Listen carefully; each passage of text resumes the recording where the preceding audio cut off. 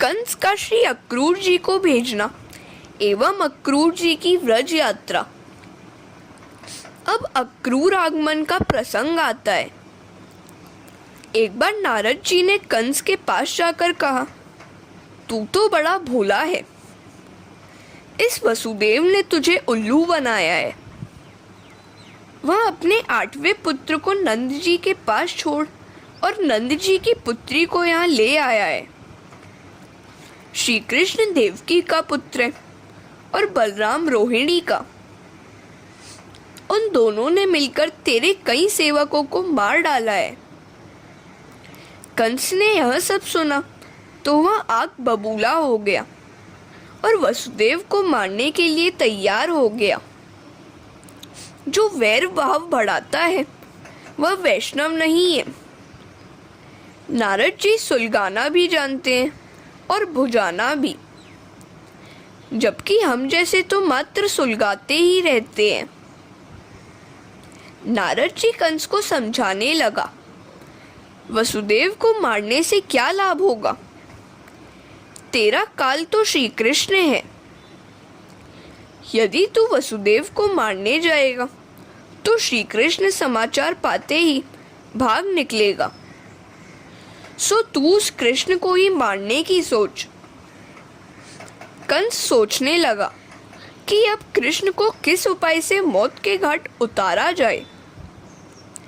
ब्राह्मण ने राजा से कहा, तुम धनुष यज्ञ करो।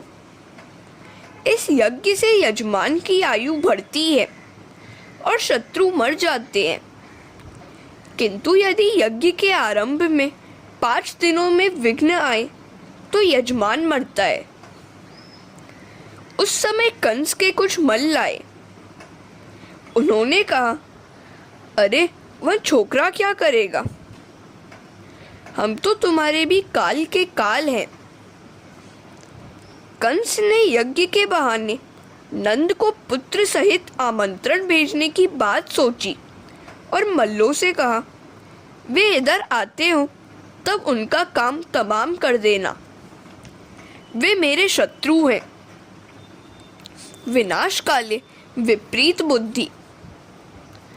काल के समीप आने पर पुण्यशाली पुण्य कर्मियों में जुट जाता है और पापी क्रोधी हो जाता है। कृष्ण को बुलाने के लिए किसे भेजूं? हाँ, अक्रूर को ही भेजूं। अक्रूर विश्वासघात नहीं कर सकते। जो क्रूर है वह कृष्ण को कैसे ला सकता है? काम सुख का चिंतन करने वाला मन क्रूर है। अक्रूर बनकर जाए वही श्री कृष्ण को अपने साथ ला सकता है। जो क्रूर नहीं है वह अक्रूर है। कंस ने अक्रूर जी को बुलाया और कहा, चाचा जी, एक काम करना है तुम्हें। नारद जी कहते हैं कि श्री कृष्ण ही देवकी का 8वां पुत्र है जो मुझे मारने वाला है। मैं अपने इस काल को मारना चाहता हूँ। तुम नंद बाबा को धनुष यज्ञ में पधारने का आमंत्रण दो और कृष्ण बलराम को अपने साथ लेते आओ। हाँ, किसी को कहीं इस बात का पता ना लग जाए कि मैं उसे मारना चाहता हूँ। बस मेरा एक छोटा सा काम कर दो। कंस साक्षात मृत्यु को ही आमंत्रण भेज रहा है। मनुष्य के बुलाने पर मृत्यु अवश्य आती है। कंस मरने के लिए अधीर हो गया है, सो काल को बुला रहा है। अधिक जीने या जल्दी मरने की इच्छा न करो। कब मरूंगा ऐसा कभी नहीं सोचो। जीवन कैसा रहेगा यही सोचो। हरे कृष्णा। अब व्यास के शिष्य दास की कथा सुनिए। व्यास का शिष्य दास गुरुजी की बड़ी सेवा करता था। उसने एक बार गुरुजी से पूछा, मैं यह जानना चाहता हूँ कि मैं कब मरूंगा। व्यास ने उससे कहा, क्या करेगा जानकर? जाने भी दे। किंतु दास कब मानने वाला था? तो वे दोनों यमराज के पास पहुंचे। यमराज ने भी अपना अज्ञान बताया। मेरे मंत्री मृत्युदेव ही बता सकते हैं, चलो उसी के पास चले। तीनों मृत्युदेव के पास आए। मृत्युदेव ने कहा, यह तो प्रारब्ध ही बता सकता है। अब वे चारों विधाता के पास आए। विधाता ने कहा, दास के प्रारब्ध में लिखा है कि जब वह व्यास, यमराज और मृत्युदेव को लेकर मेरे पास आएगा तब उसकी मृत्यु होगी। व्यास जी, यह आपका शिष्य है, वह मर न पाए इसीलिए मैंने ऐसा लिखा था। अब तो कोई उपाय नहीं है, बस अब तो कुछ ही क्षण बाकी रह गए हैं इसके मरने में। मृत्यु कब होगी ऐसा सोचना व्यर्थ है। यह शरीर तो हर क्षण मरता जा रहा है। मरने जीने का विचार अधिक न करो, ये दोनों विचार बाधक है। सो इतना ही सोचो कि अपने हाथ कुछ पाप न हो, परोपकार और पुण्यकार में ही जीवन व्यतीत हो जाए। कंस अक्रूर जी से कहता है, अक्रूर जी, तुम कल गोकुल जाओ और कृष्ण बलराम को ले आओ। यह बात गुप्त ही रखनी है। अक्रूर जी ने कहा, तेरी आज्ञा है तो मैं कल गोकुल चला जाऊंगा। कंस की मृत्यु निकट आ रही थी, सो उसने श्री कृष्ण को आमंत्रण भेजा। अक्रूर राजसभा से निवृत्त होकर घर लौटे। सारी रात नींद न आई। वे कृष्ण का दर्शन करने के लिए अधीर हो गए। मुझे लागी लगन, मुझे लागी लगन, मुझे लागी लगन तेरे दर्शन की। जैसे बन में पपीहा मन में आश करे नित बरसन की। गले बलमाला मुकुट विशाला, पीत वसन सुंदर तन की। मणिकटी उरु चरणन नुपुर, कर में गदा सुदर्शन की।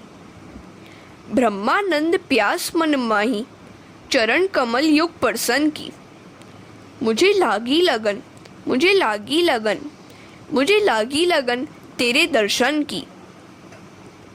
प्रातः काल में अक्रूर जी शीघ्रता से संध्यादि कर्मों से निवृत्त हो गए। कंस का सुवर्ण रथ आया तो अक्रूर जी सवार होकर गोकुल की दिशा में चल निकले। रास्ते में वे श्री कृष्ण के ही विचार करते जा रहे हैं। मेरा भाग्य उदित हुआ कि आज भगवान के दर्शन होने जा रहे हैं। मैं अधम, पापी, अपात्र आपकी शरण में आ रहा हूँ। मुझे अपनाकर मेरा जन्म सफल कीजिए। अक्रूर जी की भांति मार्ग में प्रभु का ही चिंतन करते रहना चाहिए। हर कदम पर श्री कृष्ण को ही याद करो। आजकल तो लोग चलते चलते दूसरे लोगों के चेहरे, कपड़े, मोटर, दुकान आदि देखते चलते हैं और उन्हीं के बारे में सोचते रहते हैं। ऐसा करने से कौन सा लाभ होगा? मन और बिगड़ता जाएगा। मन बिगड़ता तो जल्दी है, किंतु सुधरते बड़ी देर लगती है। सो भगवान का ही स्मरण करते हुए हर कदम पर प्रदक्षिणा का पुण्य मिलेगा। अक्रूर जी मार्ग में प्रभु को मनाते जा रहे हैं। ऐसे ही भगवान का स्मरण करो तो हर कदम पर प्रदक्षिणा का पुण्य जरूर मिलेगा। हरे कृष्णा। जो व्यक्ति मार्ग में भजन नहीं करता है वह आंखों और मन से पाप कर रहा है। पापी चलते चलते भी पाप करता है और पुण्यशाली पुण्य। आते जाते लोग, उनके चिकने चुपड़े चेहरे, रंग बिरंगे कपड़ों की तड़क भड़क, मोटर गाड़ी, दुकान आदि तो रोज के हैं, उनकी ओर दृष्टि कभी न करो। जो भगवान की कथा सुनता है उनका भगवान से संबंध जुड़ता है। मार्ग में अक्रूर जी परमात्मा का स्मरण करते हुए अपने भाग्योदय के बारे में सोचते जा रहे हैं। मुझसे कामी को भगवान के दर्शन कैसे हो सकते हैं? किंतु श्री कृष्ण ने मुझे अपनाया है, इसीलिए कंस ने मुझे भेजा है। लगता है कि सांझ के समय गौशाला में कन्हैया का दर्शन होगा। वे वहां गोपालों के साथ होंगे। पहले बलराम को वंदन करूंगा और श्री कृष्ण से कहूंगा, हजारों वर्षों से बिछड़ा हुआ मेरा जीव आज आपसे मिल पाया है। हे नाथ, इस जीव को अपना लो। एक बार इस अधम जीव पर कृपा करो। एक बार कह दीजिए कि तू मेरा है। मेरे भगवान की दृष्टि तो प्रेम से भीगी हुई है। उनके स्नेह भरे नयन मुझे पवित्र कर देंगे। जब मैं वंदन करूंगा वे मुझे कृपा दृष्टि से देखेंगे। मेरी ओर देखकर मेरे मस्तक पर अपना वरद हस्त पधराएंगे। अक्रूर जी तो ऐसी कल्पना में डूब गए कि मन ही मन उन्होंने मान लिया कि वे गोकुल पहुंच गए हैं और श्री कृष्ण उनके मस्तक पर हाथ फेर रहे हैं। ऐसा सोचकर स्वयं अपना हाथ अपने सिर पर अक्रूर जी ने रख दिया। प्रभु स्मरण में ऐसी एकाग्रता होगी तभी प्रभु प्रसन्न होंगे। पवित्र विचार करते रहने से ही जीवन सफल होता है। मेरे पास इतना धन है, अब इतना ही और इकट्ठा हो जाए तो मोटर दौड़ाने लगूं। 2 वर्ष धूमधाम से धंधा चलेगा तो मोटर आ जाएगी। इस प्रकार के सुखोपभोग के विचार करने वाले की आत्मशक्ति नष्ट हो जाती है। पवित्र विचार ही जीवन को सुधार सकते हैं। पवित्र विचार करने व प्रभु से प्रेम करने से हृदय पवित्र बनता है। आत्मा में जो शक्ति है वह तो परमात्मा की है। आत्मा और परमात्मा एक ही है। पवित्र विचारों से हृदय पवित्र और शुद्ध बनता है। इसीलिए तो कहा गया है, तन्मे मनः शिव संकल्प मस्तु। मेरा मन हमेशा शुभ संकल्प करे।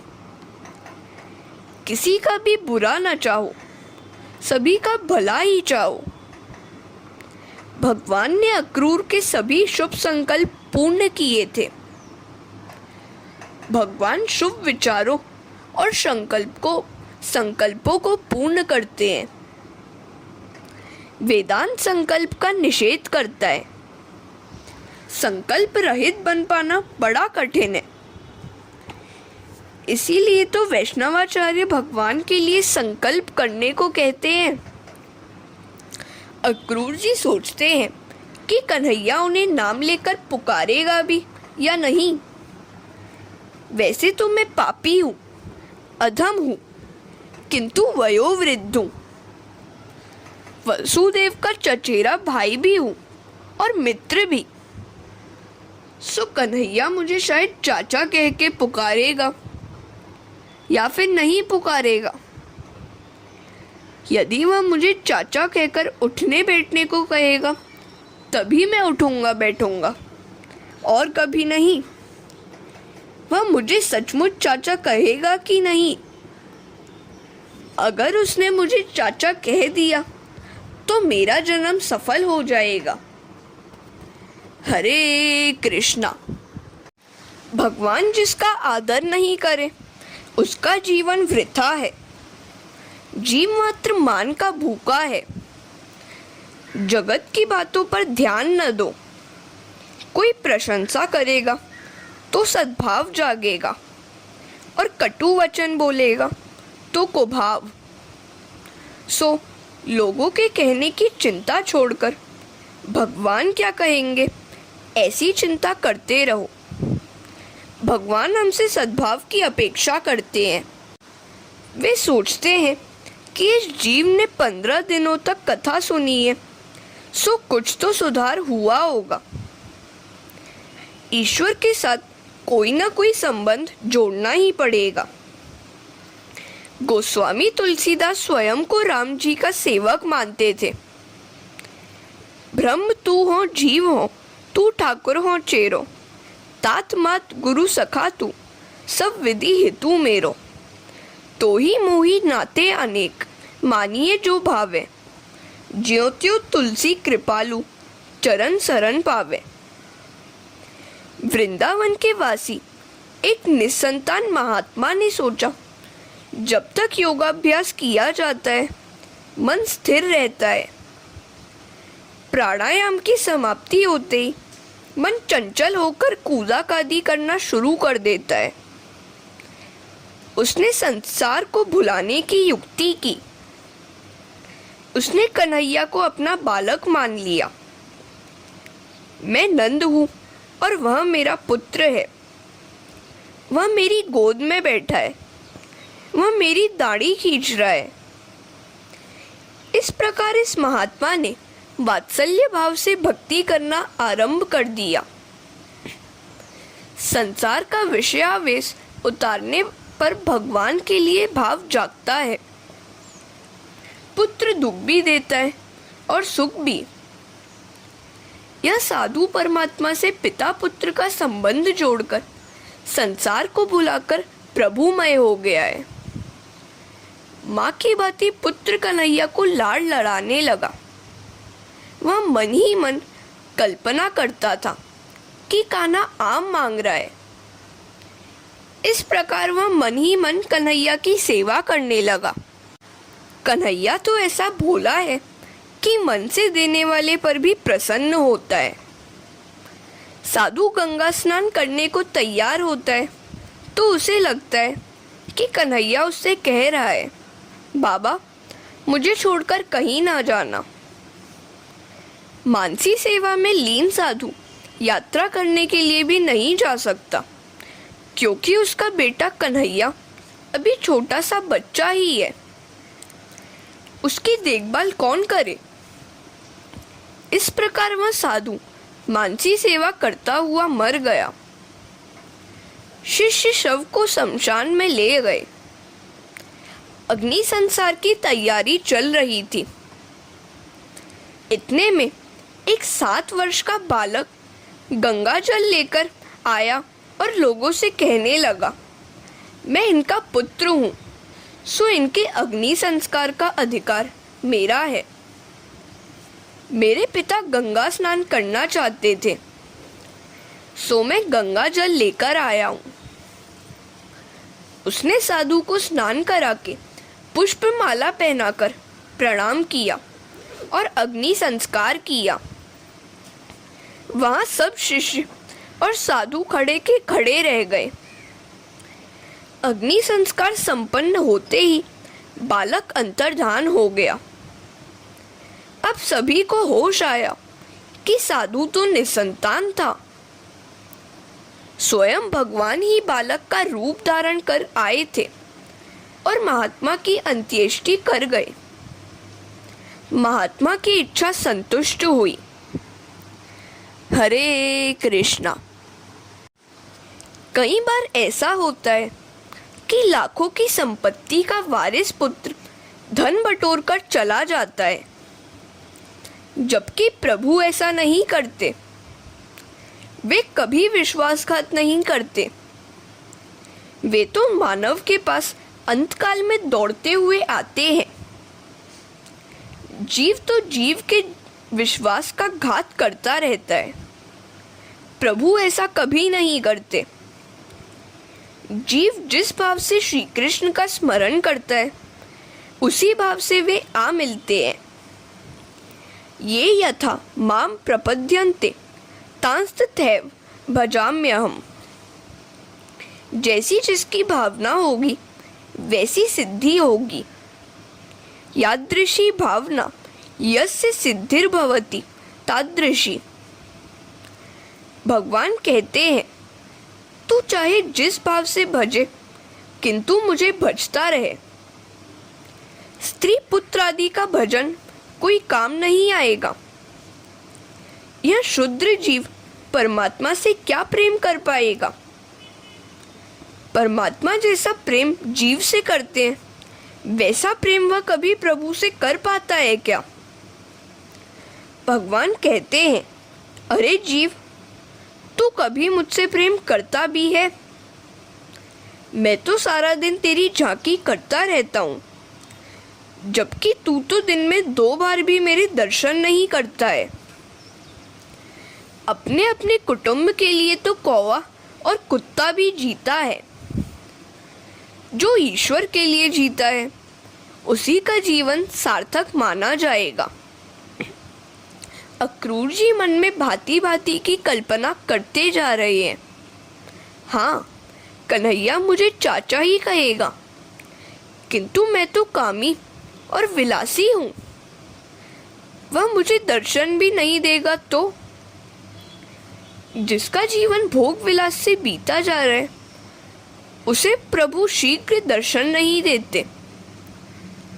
अक्रूर जी आगे सोच रहे हैं, मैं यौवन के नशे में चूर था।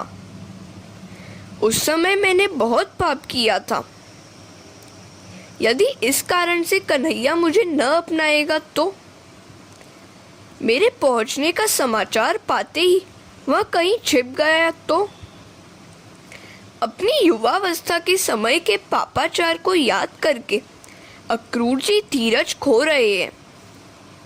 फिर भी वे सोचते हैं कि श्री कृष्ण तो पतित पावन है, वे अवश्य मुझे अपनाएंगे।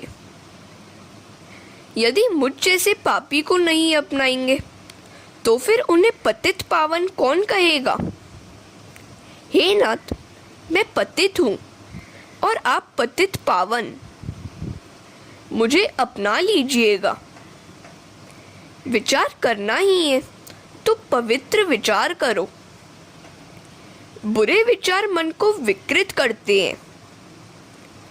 मार्ग में शुभ शकुन हुए तो अक्रूर जी ने सोचा भगवान मुझे अवश्य अपनाएंगे। अक्रूर जी ने मार्ग में श्री कृष्ण के चरण चिन्ह देखे। कमल, ध्वजा और अंकुश युक्त चरण तो मेरे श्री कृष्ण के ही हो सकते हैं। इसी मार्ग से कन्हैया गया होगा। वह खुले पांव ही गायों को चराता फिरता है। आदि नारायण का चिंतन हो रहा है। यदि वे खुले पांव घूमते हैं तो मैं तो उनका सेवक हूँ, रथ में कैसे बैठ सकता हूँ? मैं सेवा करने योग्य नहीं हूँ, अधम हूँ, पापी हूँ। मैं तो वैष्णव का दास हूँ। मैं तो श्री कृष्ण की शरण में जा रहा हूँ। मुझे रथ पर सवार होने का क्या अधिकार है? ऐसा सोचकर वे पैदल चलने लगे। हरे कृष्णा। गोकुल पहुंचकर अक्रूर जी ने वहां की रज सारे शरीर पर अर्चित कर ली। ब्रजरज की बड़ी महिमा है, क्योंकि वह प्रभु के चरणों से पवित्र जो हुई है। अक्रूर जी परमात्मा के लिए पागल से हो गए हैं। जैसे पैसों के लिए पागल हुए बिना पैसा नहीं मिलता है, उसी तरह प्रभु को पाने के लिए उनके पीछे पागल बनना पड़ता है। पागल किसी वस्तु के लिए नहीं, प्रभु के लिए बनो। कामांध व्यक्ति शरीर के लिए पागल होता है और लोभी धन के लिए। कामांध व्यक्ति को स्थल काल का भी भान नहीं रहता है। भगवान को पाने के लिए भी देह भान और स्थल काल को भूलकर पागल बनना जरूरी है। भगवान पैदल चलते हैं तो मुझे भी दंडवत करते करते चलना चाहिए, तभी मेरे पाप जलेंगे। और अक्रूर जी दंडवत प्रणाम करते हुए आगे बढ़ने लगे। अक्रूर जी वंदना भक्ति के आचार्य हैं। बद्रीनाथ जाते हुए मार्ग में हनुमान चट्टी नाम का स्थान आता है। वहां पहुंचने पर यात्री का हृदय भर आता है। मैं परमात्मा से मिलने जा रहा हूं। कल उनके दर्शन होंगे। मुझ पापी को वे अपनाएंगे क्या? मुझसे जाने अनजाने बहुत से पाप हुए होंगे। मुझे दंडवत करते हुए जाना चाहिए, तभी मेरे पाप नष्ट होंगे। मैं साष्टांग प्रणाम करते करते आगे बढ़ूंगा। ऐसा सोचते हुए कई यात्री दंडवत प्रणाम करते करते आगे बढ़ते हैं और हनुमान चट्टी से बद्रीनाथ का मार्ग इसी प्रकार तय कर देते हैं। सुखदेव जी वर्णन कर रहे हैं, राजन, अक्रूर जी आदि नारायण के दर्शन के लिए दंडवत प्रणाम करते हुए आगे बढ़ रहे हैं। परमात्मा को प्रसन्न करने का एक अच्छा सा साधन है दंडवत वंदन। मथुरा से निकले हुए अक्रूर जी गोकुल पहुंचते पहुंचते शाम हो गई है, क्योंकि वे मार्ग में बड़े भक्ति भाव से दंडवत प्रणाम करते हुए आगे बढ़ रहे हैं। भगवान ने अक्रूर जी के मनोरथ पूर्ण किए। भगवान के लिए किए गए शुभ संकल्प वे अवश्य पूर्ण करते हैं। रोज भावना करो कि मृत्यु के समय भगवान तुम्हें लेने आए। जब बुरे संकल्प सिद्ध होते हैं तो शुभ संकल्प सिद्ध क्यों ना होंगे। दंडवत प्रणाम करते करते अक्रूर जी गौशाला में आए। उन्होंने सोचा था कि श्री कृष्ण के वहीं दर्शन होंगे। दर्शन हुए। वे तो कहना चाहते थे कि वे पापी हैं और श्री कृष्ण की शरण में आए हैं, किंतु उनका गला भर आया। वे एक भी शब्द बोल न सके और भावावेश से अचेत से होकर भगवान के चरणों में जा गिरे। श्री कृष्ण को उन्होंने प्रणाम किया। परमात्मा की आंखें तो सदा सर्वदा प्रेम भोगी ही होती हैं। उन्होंने देखा कि अक्रूर जी अपनी शरण में आए हैं। हरे कृष्णा। अक्रूर जी चाहते थे कि जब वे प्रणाम करें उसी समय ठाकुर जी की दृष्टि उन पर पड़े, जिससे उनका हृदय शुद्ध हो जाए और पाप करने की इच्छा ही न जागे। उनकी यह भी इच्छा थी कि प्रभु उनके सिर पर हाथ रखें। प्रभु ने अक्रूर जी के मस्तक पर अपना वरद हस्त पधराते हुए उनको खड़ा किया। अक्रूर जी ने तो सोचा था कि जब कन्हैया उन्हें चाचा कहकर पुकारेगा तभी वे खड़े होंगे, किंतु मुझसे पापी को भला वे चाचा क्यों कहेंगे। वे मुझे नहीं अपनाएंगे तो ब्रह्म संबंध पक्का नहीं होगा। भगवान किसी को भी जल्दी नहीं अपनाते हैं। जीव मंदिर में जाकर भगवान से कहता है कि वह उन्हीं का है, किंतु घर आकर वह अपनी पत्नी से कहता है कि वह उसी का है। जीव बड़ा मूर्ख है। वह यही नहीं जानता कि प्रेम गली अति साकरी, तामे दो न समाये। भगवान ने अक्रूर जी का मनोभाव जान लिया। उन्होंने सोचा कि यदि चाचा कहने से अक्रूर जी को सुख मिलता हो तो ऐसा कहने में कौन सी आपत्ति है। जीव जिस भाव से मुझे भजता है उसी भाव और संबंध से मैं भी उसको भजता हूँ। मैं जीव का पिता हूँ और पुत्र भी। ईश्वर को महान क्यों माना जाता है?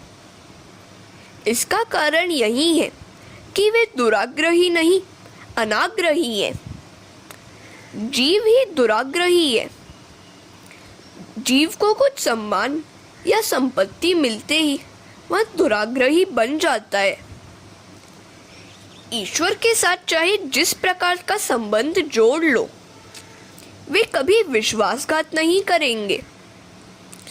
उनके साथ पिता, पुत्र, पति, सखा, बंधु, सेवक या अन्य जो चाहो सो संबंध कायम कर लो। किसी भी प्रकार का संबंध कायम किए बिना जीवन सफल नहीं होगा। अक्रूर जी चाहते थे कि श्री कृष्ण उन्हें चाचा कहकर पुकारे।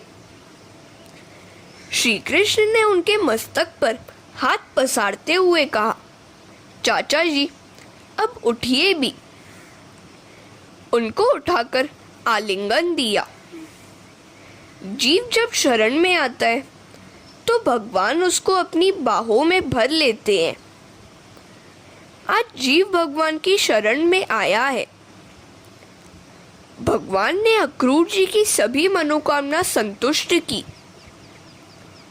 प्रभु शुभ संकल्प को हमेशा साकार करते हैं। उस लकड़ी काटकर बेचने वाले ने सत्यनारायण की कथा करने का संकल्प किया तो प्रभु ने उसकी भी सहायता की थी। शुभ विचार हमेशा साकार होते हैं। अक्रूर जी की इच्छाएं पूर्ण हुई। जिस जीव को अक्रूर जी की भांति आदर मिले वही धन्य है, अन्यथा जगत के मान पात्र तो बेकार है। जगत के मान अपमान से प्रसन्न अप्रसन्न होना निरर्थक है। मृत्यु के समय जगत के मान अपमान कुछ काम नहीं आएंगे। भगवान जिसका आदर करते हैं उसी का मन चिरस्थायी रहता है। गौशाला से नंद जी के घर आए। नंद जी ने अक्रूर जी का स्वागत किया। भोजन आदि से निवृत्त होने पर नंद जी ने अक्रूर जी से आगमन का कारण पूछा। हरे कृष्णा।